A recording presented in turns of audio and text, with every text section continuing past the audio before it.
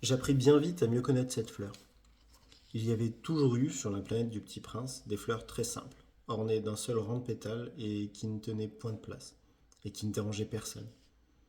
Elles apparaissaient un matin dans l'herbe et puis elles s'éteignaient le soir. Et celle-là, elle avait germé un jour d'une graine apportée d'on ne sait où, et le Petit Prince avait surveillé de très près cette brindille qui ne ressemblait pas aux autres brindilles. Ça pouvait être un nouveau genre de baobab. Mais l'arbuste cessa vite de croître et commença à de préparer une fleur. Le Petit Prince, qui assistait à l'installation d'un bouton énorme, sentait bien qu'il en sortirait une apparition miraculeuse. Mais la fleur n'en finissait pas de se préparer à être belle, à l'abri de sa chambre verte. Elle choisissait avec soin ses couleurs.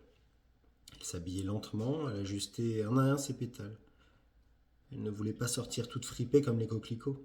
Elle ne voulait apparaître que dans le plein rayonnement de sa beauté. Et oui, elle était très coquette. Sa toilette mystérieuse avait donc duré des jours et des jours.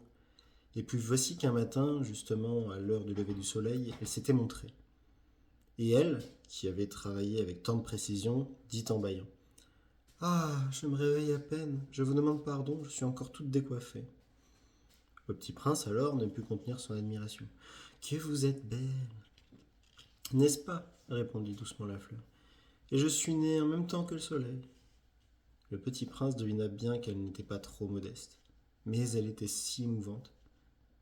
C'est l'heure, je crois, du petit déjeuner, avait-elle bientôt ajouté. Auriez-vous la bonté de penser à moi? Et le petit prince, tout confus, ayant été chercher un arrosoir d'eau fraîche, avait servi la fleur. Ainsi l'avait-elle bien vite tourmentée par sa vanité un peu ombrageuse. Un jour, par exemple, parlant de ses 4 épines, elle avait dit au petit prince: Ils peuvent venir, les tigres, avec leurs griffes. Il n'y a pas de tigres sur ma planète, avait objecté le petit prince. Et puis les tigres ne mangent pas d'herbe. Je ne suis pas une herbe, avait doucement répondu la fleur. Pardonnez-moi. Je ne crains rien des tigres, mais j'ai horreur des courants d'air. Vous n'auriez pas un paravent? Horreur des courants d'air, ce n'est pas de chance pour une plante, avait remarqué le petit prince. Cette fleur est bien compliquée. Le soir, vous me mettez sous globe. Il fait très froid chez vous, c'est mal installé. Là d'où je viens. Mais elle s'était interrompue. Elle était venue sous forme de graine. Elle n'avait rien pu connaître des autres mondes. Humiliée de s'être laissée surprendre à préparer un mensonge assez naïf, elle avait toussé 2 ou 3 fois pour mettre le petit prince dans son tort. Ce paravent, j'allais le chercher, mais vous me parliez. Alors elle avait forcé sa toux pour lui infliger quand même des remords. Ainsi, le petit prince, malgré la bonne volonté de son amour, avait vite douté d'elle. Il avait pris au sérieux des mots sans importance et était devenu très malheureux. J'aurais dû ne pas l'écouter, me confia-t-il un jour. Il ne faut jamais écouter les fleurs. Il faut les regarder et les respirer. La mienne embaumait ma planète, mais je ne savais pas m'en réjouir. Cette histoire de griffes qui m'avait tellement agacé eût dû m'attendrir. Il me confia encore. Je n'ai alors rien su comprendre. J'aurais dû la juger sur les actes et non sur les mots. Elle m'embaumait et m'éclairait. Je n'aurais jamais dû m'enfuir. J'aurais dû deviner sa tendresse derrière ses pauvres ruses. Les fleurs sont si contradictoires. Mais j'étais trop jeune pour savoir l'aimer.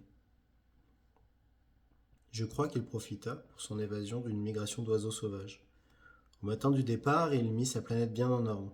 Il ramena soigneusement ses volcans en activité. Il possédait 2 volcans en activité. C'était bien commode pour faire chauffer le petit déjeuner du matin.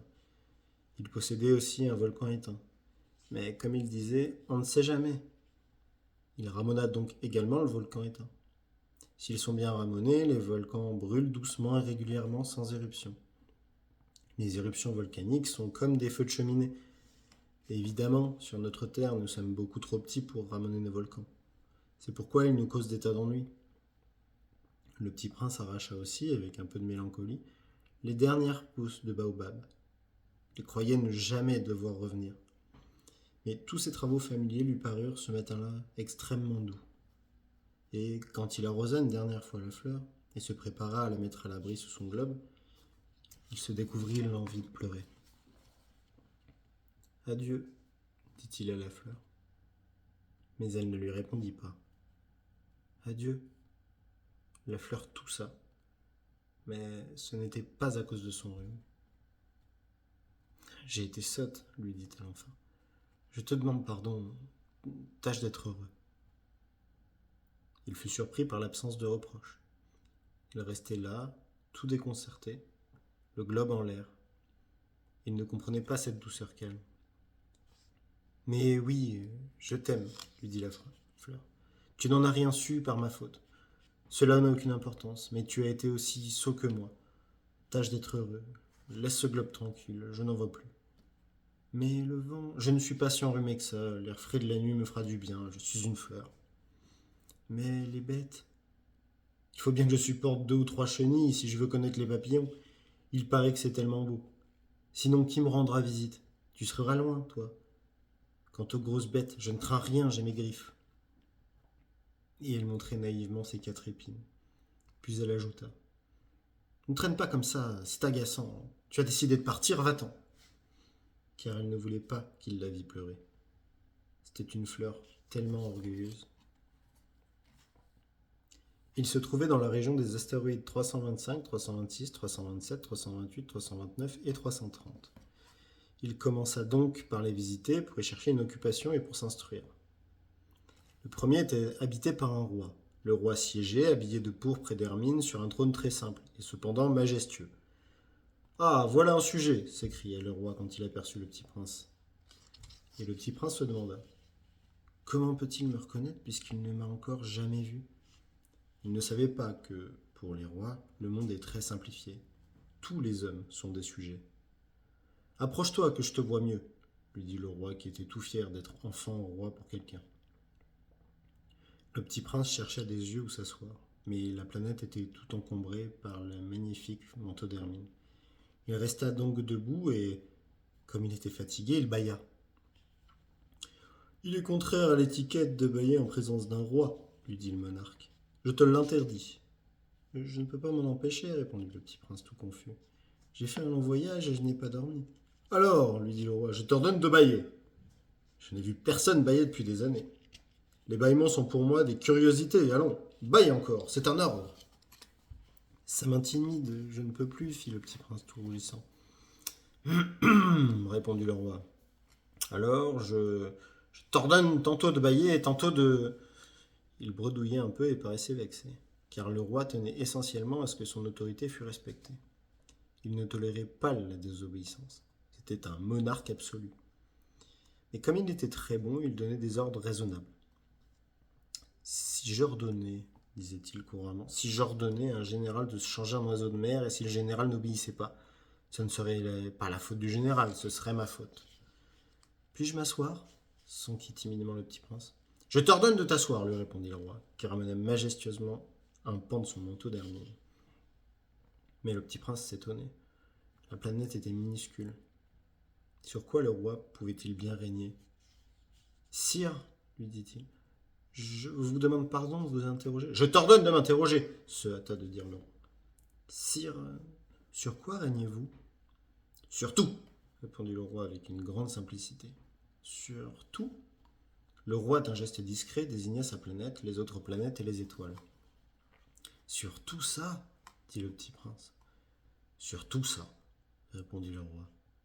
Car non seulement c'était un monarque absolu, mais c'était un monarque universel. Et les étoiles vous obéissent? Bien sûr, lui dit le roi. Elles obéissent aussitôt. Je ne tolère pas l'indiscipline. Un tel pouvoir émerveilla le petit prince. S'il l'avait détenu lui-même, il aurait pu assister non pas à 44, mais à 72, ou même à 100, ou même à 200 couchers de soleil dans la même journée, sans avoir jamais à tirer sa chaise. Et comme il se sentait un peu triste à cause du souvenir de sa petite planète abandonnée, il s'enhardit à solliciter une grâce du roi. « Je voudrais voir un coucher de soleil. Faites-moi plaisir, ordonnez au soleil de se coucher. » Si j'ordonnais à un général de voler d'une fleur à l'autre à la façon d'un papillon, ou d'écrire une tragédie, ou de se changer en oiseau de mer, et si le général n'exécutait pas l'ordre reçu, qui, de lui ou de moi, serait dans son tort? Ce serait vous, dit fermement le petit prince. Exact. Il faut exiger de chacun ce que chacun peut donner, reprit le roi. L'autorité repose d'abord sur la raison. Si tu ordonnes à ton peuple d'aller se jeter à la mer, il fera la révolution. J'ai le droit d'exiger l'obéissance parce que mes ordres sont raisonnables. Alors, mon coucher de soleil, rappela le petit prince qui jamais n'oubliait une question une fois qu'il l'avait posée. Ton coucher de soleil, tu l'auras. Je l'exigerai, mais j'attendrai dans ma science du gouvernement que les conditions soient favorables. Quand ça sera-t-il s'informa le petit prince. Lui répondit le roi, qui consulta d'abord un gros calendrier. Ça sera ce sera ce soir vers 7h40. Et tu verras comme je suis bien obéi. Le petit prince bâilla. Il regrettait son coucher de soleil manqué. Et puis il s'ennuyait déjà un peu. Je n'ai plus rien à faire ici, dit-il au roi. Je vais repartir. Ne pars pas, répondit le roi, qui était si fier d'avoir un sujet. Ne pars pas, je te fais ministre. Ministre de quoi de la justice. Mais il n'y a personne à juger. On ne sait pas, lui dit le roi. Je n'ai pas fait encore le tour de mon royaume, je suis très vieux. Je n'ai pas de place pour un carrosse et ça me fatigue de marcher. Oh, mais j'ai déjà vu, dit le petit prince qui se pencha pour jeter encore un coup d'œil sur l'autre côté de la planète. Il n'y a personne là-bas non plus. Tu te jugeras donc toi-même, lui répondit le roi. C'est le plus difficile, et bien plus difficile de se juger soi-même que de juger autrui. Si tu réussis à bien te juger, c'est que tu es un véritable sage. Moi, dit le petit prince, j'ai pu me juger moi-même n'importe où. Je n'ai pas besoin d'habiter ici. Dit le roi. Je crois bien que sur ma planète, il y a quelque part un vieux rat. Je l'entends la nuit. Tu pourras juger ce vieux rat. Tu le condamneras à mort de temps en temps. Ainsi, sa vie dépendra de ta justice, mais tu le gracieras chaque fois pour l'économiser. Il n'y en a qu'un. Moi, répondit le petit prince, je n'aime pas condamner à mort. Et je crois bien que je m'en vais. Non, dit le roi. Et le petit prince, ayant achevé ses préparatifs, ne voulut point peiner le vieux monarque. Si votre majesté désirait être obéie ponctuellement, elle pourrait me donner un ordre raisonnable. Elle pourrait m'ordonner, par exemple, de partir avant 1 minute. Il me semble que les conditions sont favorables. Le roi n'ayant rien répondu, le petit prince hésita d'abord, puis, avec un soupir, prit le départ. Je te fais mon ambassadeur, se hâta alors de crier le roi. Il avait un grand air d'autorité. Les grandes personnes sont bien étranges, se dit le petit prince en lui-même durant son voyage.